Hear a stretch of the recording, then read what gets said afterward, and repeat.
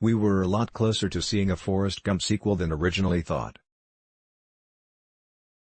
On the original movie, Eric Roth won the Academy Award for Best Screenplay, and he has just revealed that he actually finished the screenplay for a sequel. Roth even goes into story details and why the sequel ultimately never ended up happening.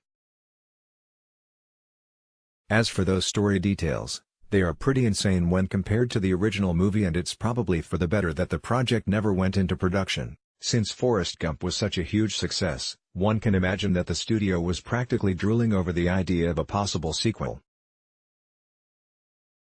So, one was put into development and Eric Roth was back at the drawing board to write the screenplay. It's not clear how much time Roth spent on the screenplay, but he ended up turning in his finished draft with some pretty bad timing, which helps to explain why the sequel never happened. Roth explains, "Literally, I turned it in the day before 9/11.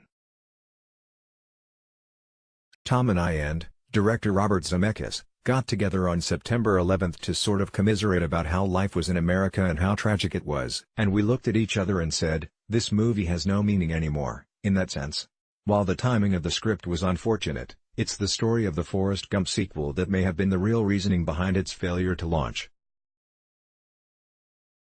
The story was going to take place with Gump in the 1990s, where his young son was going to have AIDS and kids weren't going to want to ride the bus with him. It was gonna start with his little boy having AIDS. And people wouldn't go to class with him in Florida.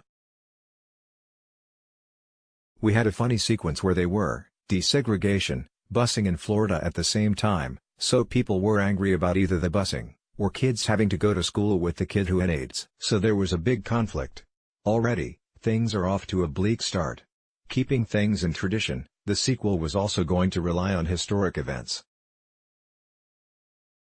Eric Roth had this to say. Related, Forrest Gump 20th Anniversary IMAX poster I had, Forrest, in the back of O.J. Simpson's Bronco. He would look up occasionally, but they didn't see him in the rearview mirror, and then he'd pop down.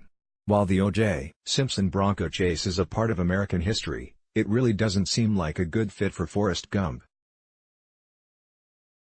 Simpson was on the run after being accused of brutally murdering his ex-wife, Nicole Brown Simpson, and Ron Goldman. Seeing Gump pop up in that Bronco may have been seen as bad taste, especially for the victims' families.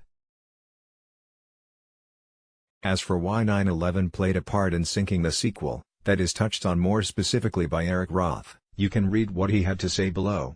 The big event in that, which you could see was only diminished in tragedy, I guess, because it's the same tragedy.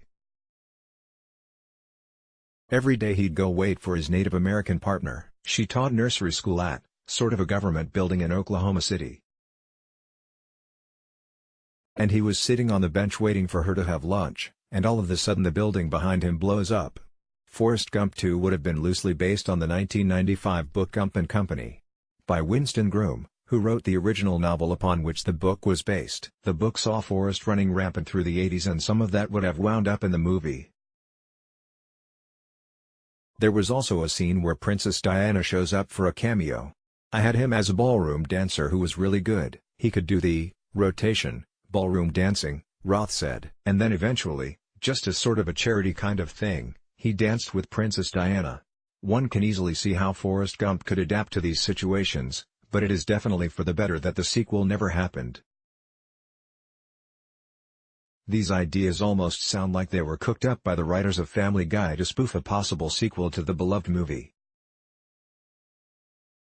With that being said, we'll never know if Tom Hanks, Robert Zemeckis, and Eric Roth would have been able to pull this one off. Fans can be glad to know that a Bollywood remake of the original is on the way.